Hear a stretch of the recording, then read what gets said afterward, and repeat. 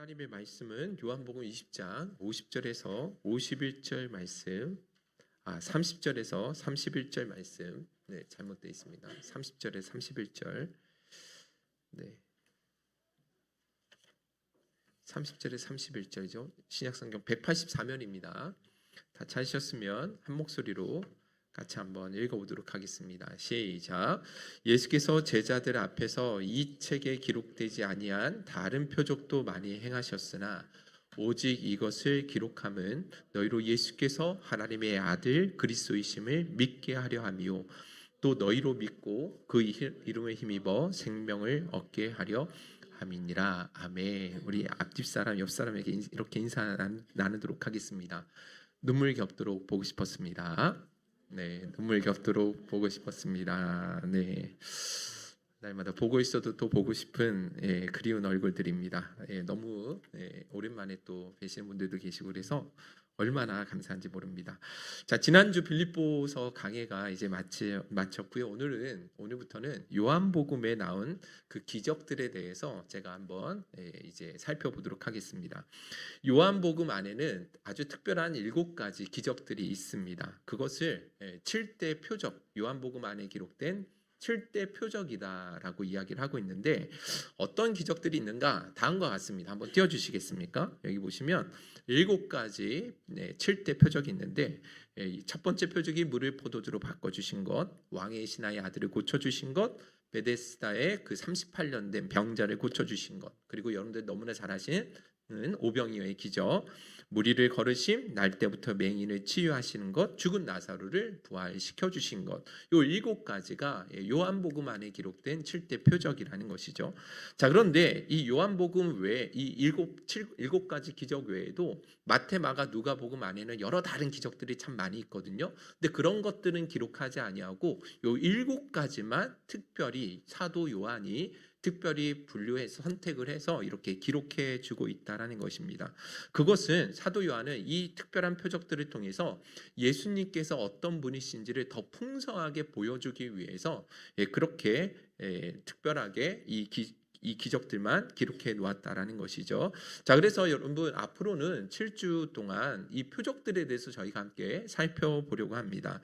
이 표적들에 대해서 좀 더 집중해서 우리가 살펴보게 되어지면 분명히 이 예수 그리스도에 대한 이해가 훨씬 더 깊어질 뿐만 아니라 여러분들이 신앙생활하는데 믿음 생활하는 일에 있어서도 대단히 큰 우리에게 도움이 될 것이다라고 생각되어집니다. 그래서 여러분 앞으로 이 7대 표적 말씀 강의할 때 기대감을 가지고 또 기도하시면서 여러분들 함께 동참해 주시면 감사하겠습니다. 여러분 표적이라는 말을 들어보신 적이 있습니까? 이 표적이라는 단어가 처음 쓰였을 때가 이 첫 번째 물을 포도주로 바꿔주신 그 기적 다음에 있었던 말씀이거든요. 요한복음 2장 11절 한번 읽어보도록 하겠습니다. 시작. 예수께서 이 첫 표적을 갈릴리 가나에서 행하여 그의 영광을 나타내심에 제자들이 그를 믿으니라. 아멘. 이 물을 포도주로 만드신 사건 이후에 여기 보시면 이 첫 표적이다라고 이렇게 말씀해 주고 있죠. 그죠? 자, 그런데 물을 포도주로 바꿔주신 이 기적을 기적이다라고 이야기하지 않고 표적이다라는 단어로 우리 한글 개역 개정에 보면 그렇게 번역을 해놓은 것을 보게 되어집니다. 자, 그럼 표적은 무엇이냐? 여러분들 표적하면 어떤 생각이 드십니까? 네이버 국어 사전을 한번 봤더니 한번 띄워주시겠어요? 네이버 국어 사전을 봤더니 첫 번째 뜻은 목표로 삼는 물건, 화살이나 총을 쏠 때 맞추는 대상을 표적이다라고 이야기도 하고, 두 번째는 표지로 삼는 표, 어떤 것을 가리키는 표라는 뜻도 있습니다. 자, 그러면 이 둘 중에 성경에 오늘 나오는 이 표적은 둘 중에 어떤 의미로 쓰여졌겠습니까? 그렇죠. 두 번째 의미로 쓰여졌다라는 것을 여러분들 아실 수 있겠죠. 그죠? 두 번째 표지로 삼는 표, 어떤 것을 가리키는 표, 이것이 표적의 의미입니다. 그래서 표적을 다음 한번 띄워주시면 영어로 뭐라고 이야기하냐면 헬라어는 이 원래 성경 신약 성경이 번역된 헬라어에는 세메이온이라는 단어로 쓰여졌다면 영어에서는 sign이라는 단어를 사용하고 있다라는 것입니다. 영어에 얼마든지 여러분 이 기적을 미라클이라고 하잖아요. 영어에서도 기적, 미라클이라고 번역할 수도 있거든요. 그런데 그렇게 기록하지 않고 뭐라고 했어요? sign이라는 단어로 대부분의 영어 번역본은 이 표적이라는 단어, 헬라어 세메이온이라는 단어를 그렇게 번역하고 있다라는 것입니다. 자, 그런데 우리가 보기에는 기적이다라고 번역을 해도 별로 다른 차이가 없지 않는가 생각하실 수 있을지 모르겠지만 아니라는 것입니다.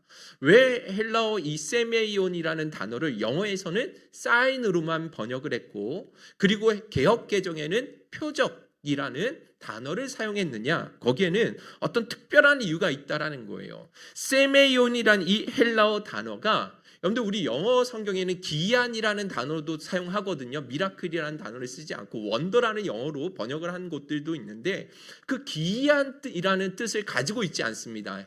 세메이온이라는 단어가 그 뜻을 가지고 있지 않아요. 이 세메이온이라는 단어는 어떠한 대상을 향해 지시하고 가르치는 그 의미를 담고 있다라는 거예요.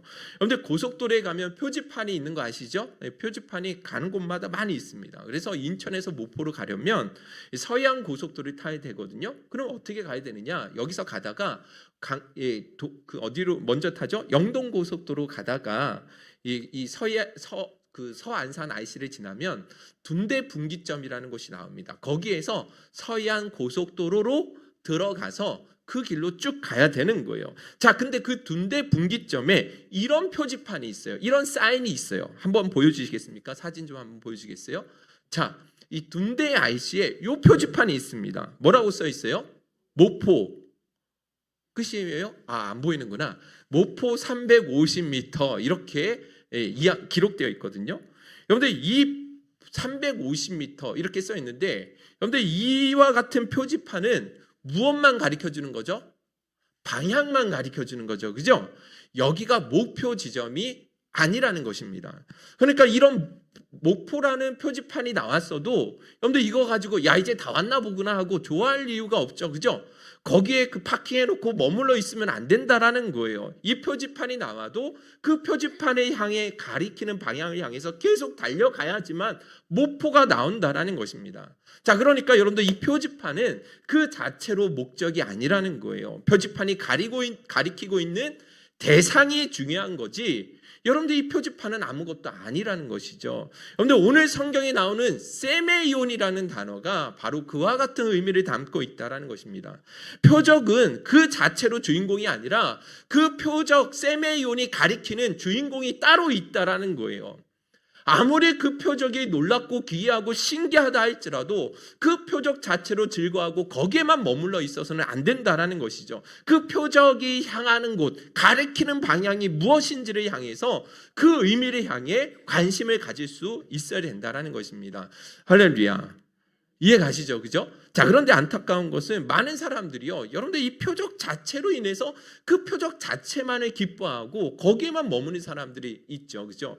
신앙생활 하는데 어떤 은사 집회 한다고 하면 거기에만 졸졸 따라다니신 분들이 있다라는 거예요. 그게 잘못된 것이죠. 성경의 대표적인 사람이 누구냐면 헤롯이다. 헤롯 왕이라고 할 수 있습니다. 여러분들 이 누가복음 23장 8절 읽어보겠습니다. 시작.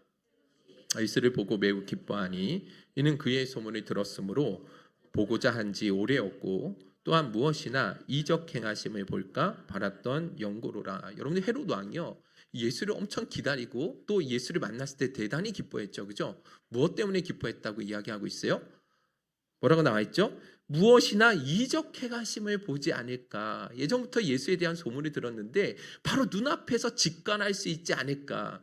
마치 마술사가 마술 공연을 하듯이 예수님께서 어떤 이적을 무언가 기이한 일을 보여주시지 않을까. 그런 마음으로 예수를 기뻐하고 환영하는 것을 보게 되는 것이죠. 어리석은 일이라는 것입니다. 여러분들 참 그리스도인들은요, 이 표적 자체만을 기뻐해서는 안 된다라는 거예요. 그 표적이 가리키고 있는 대상, 그 표적이 의미하는 바를 더 거기에 대해서 관심을 가지고 우리의 시선을 돌려야 된다라는 것입니다. 자, 그러면 성경에 표적이라는 단어가 요한복음에 17번이 사용되어지는데 이 표적이 가리키고 있는 의미는 무엇이고 이 특별히 표적 행하시는 목적이 무엇인가? 그것이 오늘 우리가 읽었던 원래 처음 읽었던 본문 안에 나와 있습니다. 요한복음 20장 30절에서 31절이죠. 다 같이 읽어보겠습니다. 시작.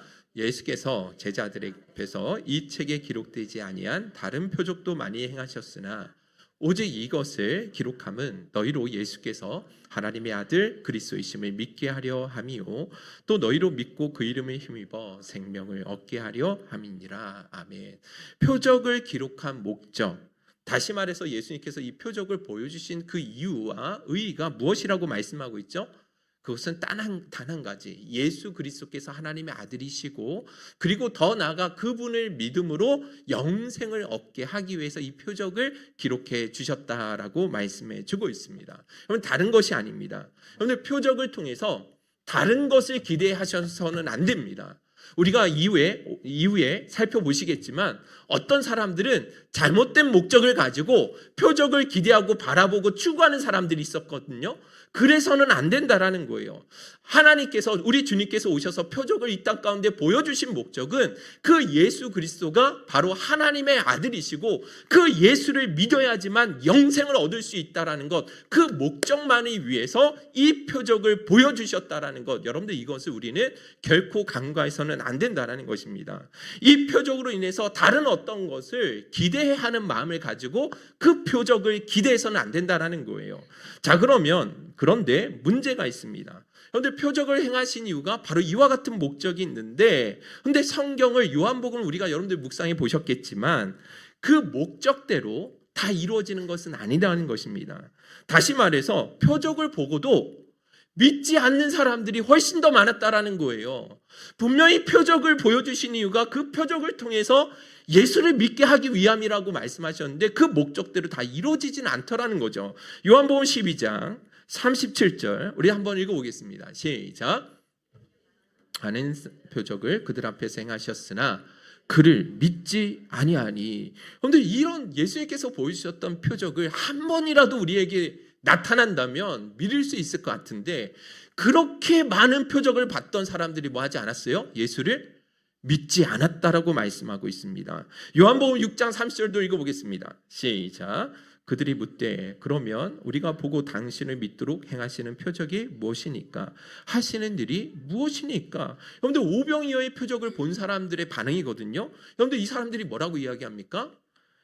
당신을 믿도록 행하시는 표적이 무엇이니까 하고 되묻고 있다라는 거예요. 여러분들 이게 말이 됩니까? 지금 예수님께서 어떤 표적을 보여주셨어요? 오병이어의 표적을 보여주셨거든요. 물고기 2마리하고 보리떡 5개로 5,000명을 먹이셨던 이 놀라운 표적을 보여주셨는데도 그들이 뭐라고 그래요? 당신을 믿도록 만드는 표적이 그러면 무엇입니까? 라고 엉뚱한 이야기를 하더라는 것이죠. 그러니까 여러분들 이 표적을 본다고 해서 자동적으로 우리 안에 믿음이 생기게 되는 것은 아니다라는 거예요. 표적이 가지고 있는 한계 보이십니까? 자, 끝으로 한 구절, 요한복음 11장 45절 46절, 여기 나사로의 부활을 본 사람들의, 죽었다 살아난 나사로의 부활을 보았던 사람들의 반응입니다. 우리 45절부터 읽어보겠습니다. 시작. 마리아에게서 와서 예수께서 하신 일을 본 많은 유대인이 그를 믿었으나 그 중에 어떤 자는 바리새인들에게 가서 예수께서 하신 일을 알리니라. 이날부터는 그들이 예수를 죽이려고 모이하니라. 여러분들, 죽었다 살아난 나사로의 그 이야기를 직접 본 사람들 중에 두 가지 반응. 첫째는 뭐였어요? 예수를 믿는 사람들도 많이 있었지만 동시에 뭐 하려고 했다고요? 그 예수를 죽이려고 결심하게 되어지는 계기가 되었다라는 것입니다. 자, 그러니까 여러분, 예수님께서 우리에게 이 표적을 행하셨던 이유는 그 예수를 하나님의 아들로 믿게 하기 위함인 것은 분명하지만, 그렇다고 해서 누구든지 표적을 본 사람들은 자동적으로 그 믿음이 생기게 되는 것은 아니다라는 거죠. 다시 말해서 여러분들 중요합니다. 우리의 신앙의 근거가 무엇이 되면 안 된다라는 거예요? 표적이 되어서는 안 된다라는 거예요. 우리의 믿음을 불러일으키는 근본적인 원인이 표적이 아니라 하나님의 말씀인 것이지, 절대로 표적을 근거로 해서 내 신앙을 쌓아가겠다, 내 믿음을 견고히 하겠다. 그래서 더 큰 표적만 구해서는 안 된다라는 것을 보여주는 것이죠. 자, 그러면 여러분 한번 보세요. 이런 의문이 당장이 들죠. 어차피 표적을 본다고 해서 다 믿는 것이 아닌데 그러면 왜 이런 표적을 주님이 보여주셨느냐? 그건 다름 아니라 여러분들 중요합니다. 표적은요, 이 사람들로 지금 궁극적인 목적입니다. 잘 들으셔야 됩니다. 표적은 사람들로 하여금 예수님이 어떤 분이신지에 대해서 관심을 갖게 할 뿐만 아니라 그분이 하신 말씀에 대해서 귀 기울이게 만들 수 있는 가장 좋은 방법이 표적이었다라는 거예요. 여러분들 예를 들어서 요한복음에는 나온 기적은 아닌데 마태, 마가, 누가복음, 공관복음에 이런 기적이 있죠. 중풍병자인데 이 사람을 예수님께로 데려가고 싶은데 사람들이 너무 많았어요. 그래서 뭐 했죠? 지붕을 뜯어가지고 침상채로 예수님께 내린 기적이 있거든요. 근데 요한복음에는 나오지 않습니다. 자, 이랬을 때 예수님께서 뭐라고 이 중풍병자에게 말씀하시냐면 마가복음 2장 4절에서 5절 읽어볼게요. 시작.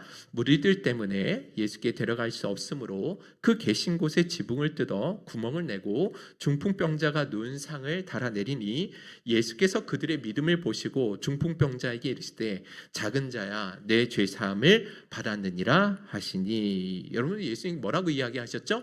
이 중풍병자에게 죄 사함을 받았느니라. 여러분들 이상하지 않습니까? 이 중풍병자에게 지금 필요한 건 뭐예요? 죄 사함을 받는 게 필요한 거예요? 아니면 육신의 질병이 낫는 게 필요한 거예요? 그렇죠. 육신의 질병을 고침을 받기 위해서 간 거거든요. 그런데 갑자기 뜬금없이 내 죄가 사함을 받았느니라 라는 말씀을 하시는 거예요. 이 말을 여러 유대인들이 들었거든요. 그 종교 지도자들의 마음에 화가 났어요. 너무 괘씸하게 느껴지는 거예요. 왜 그러냐면 야, 이건 신성모독이다. 아니 자기가 뭔데 사람의 죄를 사람의 죄를 용서했다라고 이야기를 할 수 있는가? 사람의 죄를 용서해 주실 수 있는 분은 누구밖에 없죠?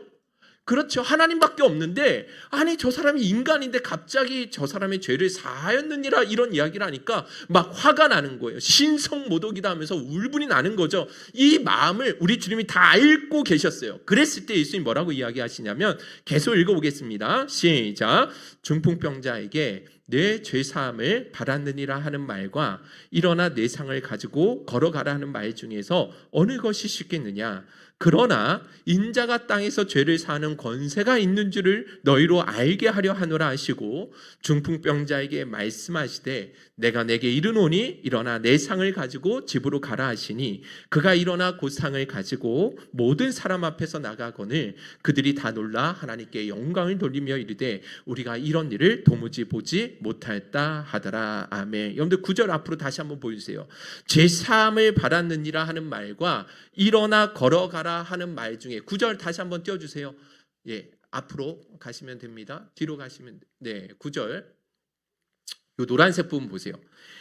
죄사함을 받았느니라 하는 말과 일어나 걸어가라 하는 말 중에 어떤 말이 더 쉽습니까? 예수님 이렇게 물어보셨는데 어떤 게 더 쉬워요? 어렵습니까? 그러면 여러분들 만약에 우리 교회 예배당에 어떤 중풍병자 한 분이 예배를 드리러 오셨다고 생각을 해보세요. 그래서 제가 이덕봉 목사가 죄사함을 바라라 하는 말하고 일어나 걸어라 하는 말, 이 둘 중에 이덕봉 목사는 어떤 말 하기가 더 편하겠습니까? 왜요? 네? 만약에 이덕봉 목사가 그분을 향해서 일어나 걸으라 했는데 일어나질 않아. 그럼 어떻게 돼요? 뽀록이 나는 거잖아요. 그죠? 내 실력 없음이 그냥 그대로 다 드러나는 거잖아요. 그죠? 그러니까 이게 대단히 민망하고 부끄러운 일이란 말이에요. 그렇습니다. 여기 그래서 죄사함을 받았느니라 하는 말이 훨씬 더 쉽다라는 것입니다. 자, 그렇기 때문에 여러분 보세요. 예수님께서 먼저 이 말씀하신 것, 죄사함을 받았느니라 하신 말씀을 먼저 하신 이유가 무엇 때문이라고 이야기하고 있냐면 중풍병자를 고쳐주시는 그 표적을 통해서 앞서 이야기하셨던 예수님이 죄를 용서해 줄 수 있는 권한을 가지신 분이라는 것을 뭐 해주신다는 거예요? 예, 증거해 주시기 위해서, 드러내 주시기 위해서 먼저 죄사함을 받았느니라 라는 말씀을 하고 계셨던 것입니다. 그래서 중풍병자를 고쳐주심을 통해서 사람들은 뭘 알았어야 돼요? 그렇죠. 야, 저분은 진짜 죄를 사해 주실 수 있는 그 권세를 가진 하나님의 아들이시구나 라는 것을 볼 수 있어야 됐다라는 것입니다. 할렐루야. 예수님께서 표적을 행하신 목적이 바로 여기에 있습니다. 사람들이 웬만해서는 도무지 믿지 않습니다. 그래서 이런 표적을 행하심을 통해서 예수님이 어떤 분이신지를 고민하게 하고 그분의 말씀에 귀 기울이게 해서, 그래서 그 말씀을 말미암아 예수가 하나님의 아들이시구나, 그분을 통해서 내가 영생을 얻을 수 있는 것이구나 라는 것을 깨닫게 하시기 위해서 이 표적을 보여주셨다라는 것입니다. 할렐루야. 그래서 여러분들 오늘 기억하셔야 될 것은, 표적을 보았다고 해서 모두가 다 예수를 믿는 것은 아니라는 거예요. 다만 이 표적은 그 표적을 행하신 예수님이 어떤 분이신지를 관심 갖게 하고, 또 그분이 말씀하셨던 그 말씀들이 무엇인지를 깊이 고민하게 해서, 그래서 뭐하게 하는 거예요? 예수를 믿게 만들도록 하는 일에 그 의의가 있다는 사실을 기억해야 된다는 것이죠. 그래서 여러분들 진짜 그리스도인들은 표적 자체 그것만을 즐거워해서는 안 됩니다. 표적 보고 그것만을 추구하면서 거기에만 머물러서는 안 된다는 거예요. 표적이 가지고 있는 그 의미들, 그 예수 그리스도가 어떤 성품을 가지고 계시고 어떤 능력을 가지고 계시고 우리에게 어떤 은혜를 베풀어 주실 수 있는 분이신지를, 거기에 우리는 관심을 가지고 이 무엇을 봐야 되는 거예요? 그 표적을 바라보고 묵상할 수 있어야 된다는 것입니다. 할렐루야. 안타까운 것은요, 오늘날에 이 표적에만, 표적 신앙 안에 머물러 있는 사람들이 너무 많습니다. 표적이 있으면 믿음이 충만한데, 눈에 보이는 그런 표적 같은 눈에 보이는 현상이 없으면요, 금세 믿음이 식어지고 영적으로 침체가 오는 사람들이 주변에 분명히 있잖아요. 대단히 위험한 신앙이라는 것입니다. 그런데 왜 표적이 필요합니까? 왜 표적을 보여주셨습니까? 그건 다름 아니라 표적을 통해서 그 예수님이 어떤 분이신지 보라는 거잖아요. 이런 능력과 이적을 베푸신 분이 어떤 분이신지, 그분이 얼마나 신실한 분이신지를 보라는 것입니다. 그 외에 다른 어떤 이 표적의 의미를 여러분 둬서는 안 된다는 것입니다. 그래서 여러분, 우리가 표적을 통해서 예수가 어떤 분이신지를 알게 되잖아요. 그러면 더 이상 표적을 구하지 않게 되는 자리까지 들어가게 되어집니다. 그렇지 않겠습니까? 그죠? 오병이어의 기적을 예수님께서 행해 주셨죠. 배고픈 사람들을 그렇게 고쳐 주셨죠. 그죠? 그러면 이후에도 계속 예수님이 배고픈 사람, 굶주린 사람, 가난한 사람들을 위해서 오병이어의 기적을 계속 베풀어 주셨습니까? 너희들도 그 가난하고 배고픈 사람들을 도와주기 위해서 오병이어의 기적을 너희들이 이제는 행할 수 있어야 돼. 드디어 때가 되었다. 내가 너희들에게 이제는 비법을 전수해 줄 때가 되었다고 하시면서, 여러분들 오병이어의 기적을 행할 수 있는 능력을 가르쳐 주셨냐라는 거예요. 무리를 걸었던 기적 나오죠. 그죠? 7가지 표적 중에 나오거든요. 예수님께서 제자들에게 무리를 걷는 놀라운 비법을 제자들에게 가르쳐 주셨습니까? 아니죠. 이런 것들은 아주 특별하고 단회적인 사건이에요. 다시 말해서 그 표적을 통해서 예수님이 어떤 분이신지를 너희가 눈으로 확인해보고 그 앞에서 그 예수를 믿어야 된다는 것에 목적이 있었기 때문에, 그 예수님이 누구신지를 아는 이상 더 이상 그 표적은 있어도 그만, 없어도 그만이 되게 된다는 것이죠. 저 또한 여러분들이, 저에게는 이 표적을 너무 깊이 경험을 했습니다. 우리 예배를 드리고 계신 우리 어머니 구옥성 권사님께서, 제가 초등학교 4학년 때 1988년도였어요. 폐결핵으로 인해서 대단히 그 심각한 위기까지 가셨어요. 그래서 그 예전에 부평구청에 있는 암병원, 지금은 세림병원으로 바뀌었는데 중환자실에서 산소호흡기를 뛰시고, 대단히 스스로 자가호흡이 안 되셨기 때문에, 그래서 대단히 어려운 상황이 갔는데, 의사 선생님께서 이제는 더 이상 가망이 없는 것 같다고, 이제 마지막 가족들하고 임종을 준비해야 될 것 같다고 그렇게 말씀하셔서, 저 밑에 있는 경상남도 고성과 창원에 계시는 외할머니, 외삼촌도 올라오시고 또 고모님들도 오시고, 돌아가시기 전에 저희 어머니 얼굴 한번 뵙겠다고 다 올라오셨단 말이에요. 그런데 정말 신기한 것은요, 어머니께서 갑작스럽게 그 자가호흡이, 이게 스스로 숨이 쉬어지지 않으셨는데 그 다음 날에요, 편안하게 숨이 돌아오게 되셨습니다. 그런데 이건 진짜 놀라운 기적이에요. 의사들도 깜짝 놀랐어요. 왜 그런지 모르겠다라는 거예요. 그런데 그때 어머니께서 나중에 말씀하셨는데 자기가 그 중환자실에 있는 동안에 갑자기 꿈을 꿨는데 홍수에 막 떠내려가고 계셨다라는 거예요. 그런데 하나님이 큰 손을, 이게 자기가 그 큰 손이 그 떠내려가는 우리 어머님 권사님을 이렇게 딱 건져서 육지에 딱 올려놓으시는 그 꿈을 꾸셨는데 그때 확신이 오더라는 거예요. 하나님이 나를 살려주셨구나, 생명의 연장을 주셨구나 라는 것을 깨달으셨다라는 거예요. 자, 그러고 나서 2개월 동안은 이 송도에 있는 요양원에 들어가셔서 그렇게 요양하시다가, 그리고 어떻게 하셨냐면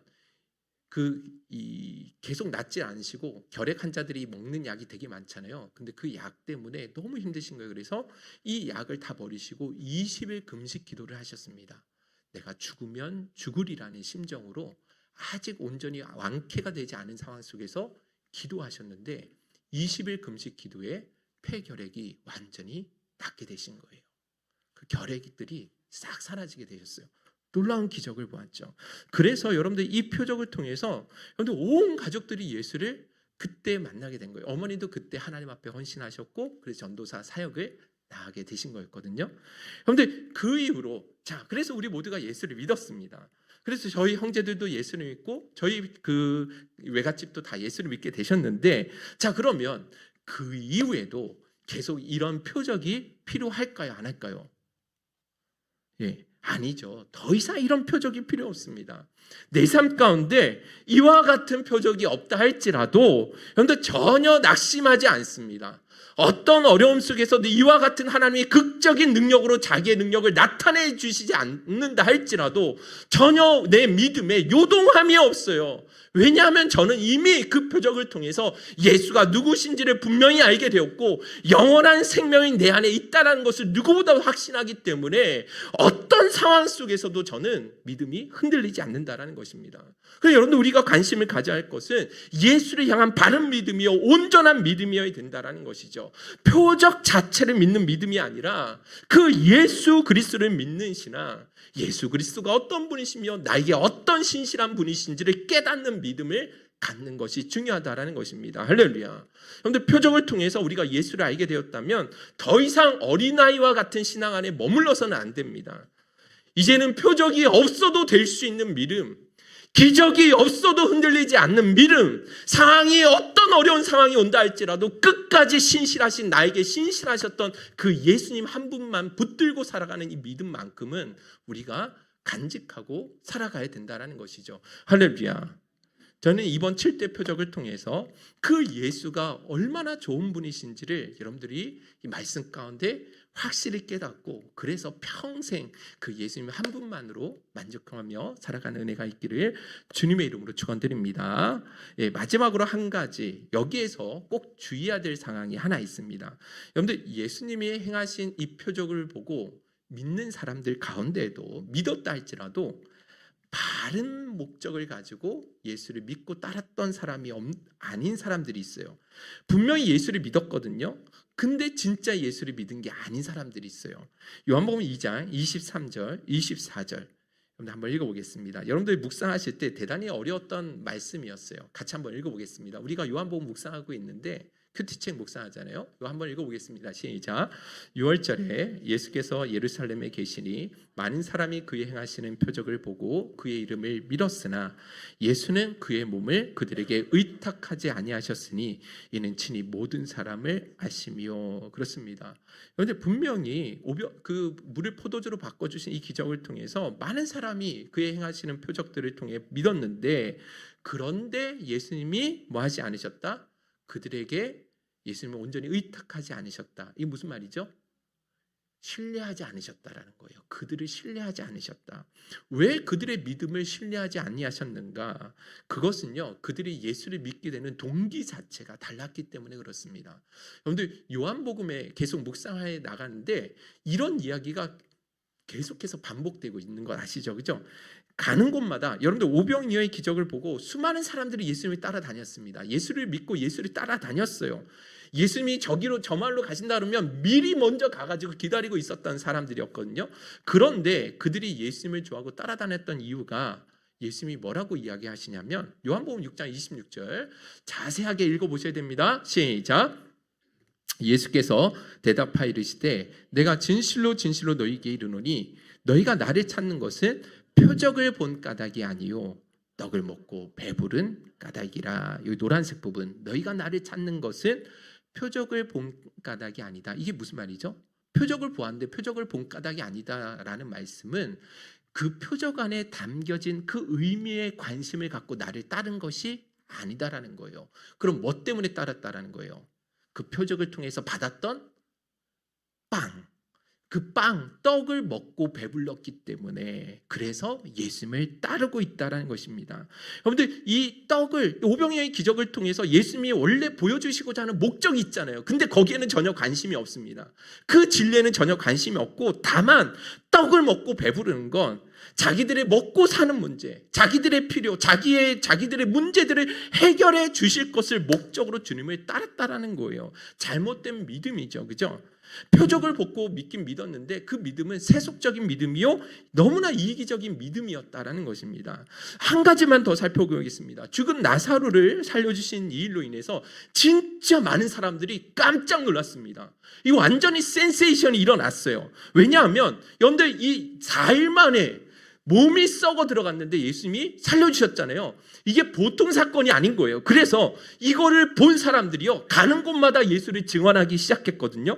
그 이야기가 요한복음 12장에 나옵니다. 마지막, 여러분들, 그 예수님이 종려주일에 입성하시잖아요. 그때 수많은 사람들이 환호하거든요. 읽어보겠습니다. 시작. 나사로 때문에 많은 유대인이 가서 예수를 믿음이러라. 그 이튿날에는 명절에 온 큰 무리가 예수께서 예루살렘에 오신다는 것을 듣고 종려나무 가지를 가지고 맞으러 나가 외치되 호산나 찬송하리로다. 주의 이름으로 오시느니 곧 이스라엘의 왕이여 하더라. 진짜 왕으로 인정하고 있죠. 예수님 오시면 왕으로 추대하겠다라는 그런 마음을 가지고 예수를 환호하고 있습니다. 여러분들, 그런데 거기에 누가 있었느냐? 왜 이렇게까지 그들이 이렇게 열광하며 예수를 환호했는지 아십니까? 그거는 나사로를, 죽었다 살아났던 나사로를 보았던 사람이 증언하고 있었거든요. 요한복음 12장 17절 18절 우리 읽어보겠습니다. 시작.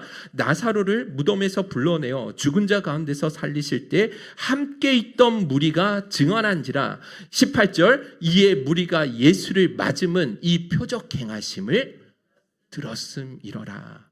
왜 이렇게 종려나무 가지를 들고 다윗의 자손으로 오시니여 막 그러면서 그렇게 환호를 했느냐? 무엇을 들었어요? 예, 죽은 나사로 4일 만에, 야, 저분이야, 진짜 저분이구나 하면서 그렇게 했는데, 그런데 여러분, 문제는 나중에 급변하죠. 이렇게 예수를 환호했던 사람들이 나중에는 폭동으로 바뀌어져서 예수를 뭐라고 그래요? 십자가에 죽여라 라고 갑자기 바뀌어집니다. 아니, 어떻게 이럴 수 있습니까? 그건 다름 아니라 저 예수님이 나의 욕심, 내 기대를 채워줄 거라고 생각을 했는데 너무나 무기력하게 그렇게 십자가의 형벌을 받는 것을 보고 오히려 뭐 한 거예요? 그 기대감이 분노로 바뀌게 된 거예요. 그러니까 왜 많은 사람들이, 예수님 당시에 왜 많은 사람들이 예수를 믿었냐면 표적을 통해, 예수님께서 그 표적을 통해서 정말 보여주시고자 하셨던 그 예수를 기대하고 믿었던 게 아니었다라는 거죠. 그죠? 예수님이 가지고 있는 그 어마어마한 능력이 있으니까, 그래서 내가 원하는 것도 내 문제도 해결해 주실 수 있겠구나. 그 동기 자체가 다른 믿음이었다라는 것입니다. 그래서 이 믿음을 우리 주님은 인정하지 않으셨다라는 것이죠. 오늘날에도 얼마든지 그럴 수 있죠. 누가 오병이어의 기적을 행하셨더라. 어떤 분이 이런 문제도 해결해 주셨더라. 그러면 나의 문제도 그러면 해결해 주시지 않을까? 그런 잘못된 생각을 가지고 예수님을 믿고 따를 수 있다라는 거예요. 그러면 그게 안 된다라는 것이죠. 그런데 우리가 예수를 찾고 예수님께로 나가야 되는 이유는 영원한 생명을 주실 그 유일한 분이 예수님이시기 때문에 우리는 예수를 구해야 되는 거예요. 여러분들, 이 표적을 행하신 목적을 정확하게 우리가 읽었잖아요. 요한복음 20장 30절 31절 말씀. 왜 다른 표적들도 많지만 이 표적만을 기록했느냐? 너희로 하여금 예수 그리스도가 하나님의 아들이시오, 그분을 믿어야지만 영생을 얻을 수 있다는 것, 이것 외에 다른 어떤 것에 여러분들 관심을 가지고 이 표적을 바라봐서는 안 된다는 것입니다. 할렐루야. 우리의 욕망과 욕심을 이루기 위한 수단으로 예수를 구하고 예수를 찾아서는 안 된다는 거예요.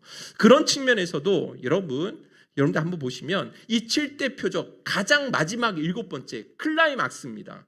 부활 사건이죠. 나사로의 부활. 근데 그 부활 사건의 이 표적의 결과가 무엇이냐? 요한복음 11장 53절 다 같이 읽어보겠습니다. 이제 마지막이에요. 시작. 이날부터는 그들이 예수를 죽이려고 모이하니라. 여러분들 이날부터가 언제인지 아십니까? 죽은 나사로가 살아난 이후에, 이 표적을 행하신 이후에는 그들이 예수를 죽이기 위해 모이하니라. 온 나라 모든 권력을 다 가진 그 바리새인 종교 지도자들, 사내들인 공의회에서 아예 결의를 내리게 되었다는 것입니다. 예수님이 보여주실 수 있는 최고의 표적이잖아요. 그러면 당연히 사람들이 화나고 그것으로 끝이 나야 되는데 오히려 예수님을 죽이려는 결심으로 이어지게 된다라는 거죠. 죽음으로 이어지는 결정적인 원인이 되었다는 것입니다. 여러분, 이게 무엇을 의미하고 있냐면 예수님은 우리 인간의 어떤 욕망을 채워주시기 위해서 오신 분이 아니라 바로 우리가 이 세상에서 가장 근본적인 문제, 우리를 가장 힘들게 하고 괴롭게 하고 고통스럽게 만들었던 그 죄와 그리고 그 죄의 결과로 말미암는 그 죽음으로부터 우리를 건져주시기 위해서 오셨다라는 것을 명확하게 보여주시기 위해서, 너희들이 어떤 표적을 통해서 다른 것을 구하는데 그래서는 안 된다라는 것을 가장 마지막 이 표적을 통해서 우리에게 가르쳐 주시기 위해서 그렇게 말씀해 주고 있는 것입니다. 여러분들, 이 요한복음의 7대 표적들, 사람들의 문제를 겉으로 보면 사람들의 문제를 해결해 주신 것이 맞거든요. 포도주가 부족하니까 그것을 채워주셨고, 배고프니까 오병이어의 기적을 행해 주셨습니다. 이 38년 동안 아무리 애쓰고 바래도 고칠 수 없었으니까 예수님이 긍휼히 여겨주셔서 고쳐주셨어요. 그래서 죽음 때문에 너무 슬퍼하고 있기 때문에, 그래서 그 죽은 나사로도 살려주신 것, 그런 표면적으로 보면 우리의 문제를 해결해 주신 것처럼 보일 수 있습니다. 그러나 여러분들, 이 표적을 보여주신 것은 단지 우리 눈앞에 보여지는 그 문제만을 해결해 주시기 위해서가 아니라 더 근본적인 문제, 질병이나 가난이나 배고픔, 이 문제를 해결해 주시는 것이 아니라 죄와 그 죄로 말미암는 그 죽음에서 건져주시기 위해서, 그래서 이 표적을 보여주셨다는 것을 우리가 잊지 말아야 된다는 것이죠. 할렐루야. 오늘 우리 행복성교회 모든 성도님들마다 앞으로 나누게 되어지는 이 7대 표적 설교 말씀을 통해서 눈에 보이는 그 표적 너머에 우리를 위해 십자가를 지신, 영원한 생명을 주신 그 예수 그리스도의 부유하심과 사랑이 더 풍성하게 경험되어지고, 그래서 그 예수님 한 분만으로 만족합니다라는 고백이 여러분들 삶 가운데 더 강력하게 일어날 수 있기를 주님의 이름으로 축원드립니다. 찬양하며 나가도록 하겠습니다. 슬픈 마음 있는 자, 가사를 생각하시면서 함께 찬양하도록 하겠습니다.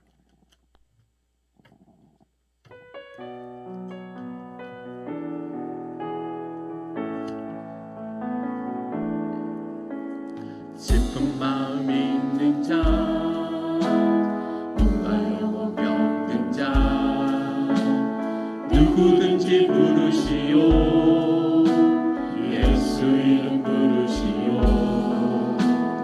그 이름을 믿는 자, 그 이름을 외르는 자, 그가 어떤 사람이든 그를 구원하오.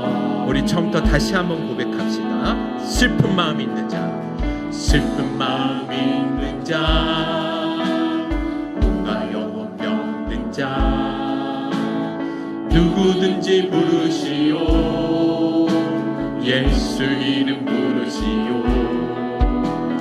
그 이름을 믿는 자, 그 이름을 부르는 자, 그가 어떤 사람이든 그를 구원하리니. 예수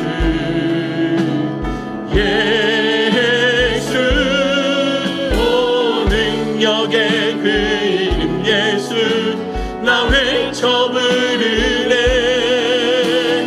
예수 예수 오 구원의 그 이름 예수 나 외쳐 부르네. 예수 그리스도 은과 금 내게 없으나 은과 금 내게 없으나 나 가진 것 너에게 주니 능력의 이름 예수라. 그 이름을 붙드시오. 그 이름을 믿는 자, 그 이름을 외치는 자, 그가 어떤 사람이든 그는 주의 영광 보. 우리 다시 한번 고백합시다. 은과 금 내게 없으나 은과 금 내게 없. 우리 확신 가지고 믿음으로 선포하며 나갔으면 좋겠어요. 너에게 주니 능력의 이름 능력의 이름 예수라. 아멘. 그 이름을 붙드시오. 그 이름을 믿는 자, 그 이름을 외치는 자, 그가 어떤 사람이든 그는 주의 영광 보리라. 예수 예수 예수 오 능력의 그 이름 예수 나 외쳐 부르네. 예수 예수 오 구원의 그 이름 예수 나 외쳐 부르네. 예수 그리스도. 우리 마지막으로 다시 한번 선포하며 나갑니다. 예수 예수 예수 오 능력의 그 이름 예수 나 외쳐 부르네. 예수 예수 오 구원의 그 이름 예수 나 외쳐 부르네. 예수 그리스도. 우리 합심해서 하나님 앞에 좀 회개하고 결단하는 시간을 가졌으면 좋겠습니다. 우리가 오늘도 신앙생활 하는 가운데 예수님만 바라보기보다는 오직 내 손에 주어질 떡과 눈앞의 기적만을 바라보며 살아가고 있지 않았는지를 다시 한번 돌아보았으면 좋겠습니다. 표적이 보일 때는 기뻐하다가도 조그만 힘들고 어려운 상황이 오지면 금세 주님을 원망하고 불평하며 살고 있지 않았는지, 또 내 삶의 주인 되시고 가장 영광 받으셔야 할 그 주님을 내 욕심과 욕망을 이루기 위한 수단으로 삼고 있지 않았는지를 다시 한번 우리 자신을 돌아보며 회개하는 시간을 가졌으면 좋겠습니다. 끝으로 한 가지, 우리 삶에 그 어떤 특별한 표적이나 응답이 있다 했지 않을지라도 이미 우리에게 영원한 생명을 주신, 나에게 영원히 신실하셨던 그 예수님 한 분만으로 충분하다라는 이 고백이 나의 평생에 고백되어지는 삶이 되게 해달라고 우리 마음을 토하고 우리 입술을 이어서 주여 한번 부르시네 기도하며 나가도록 하겠습니다.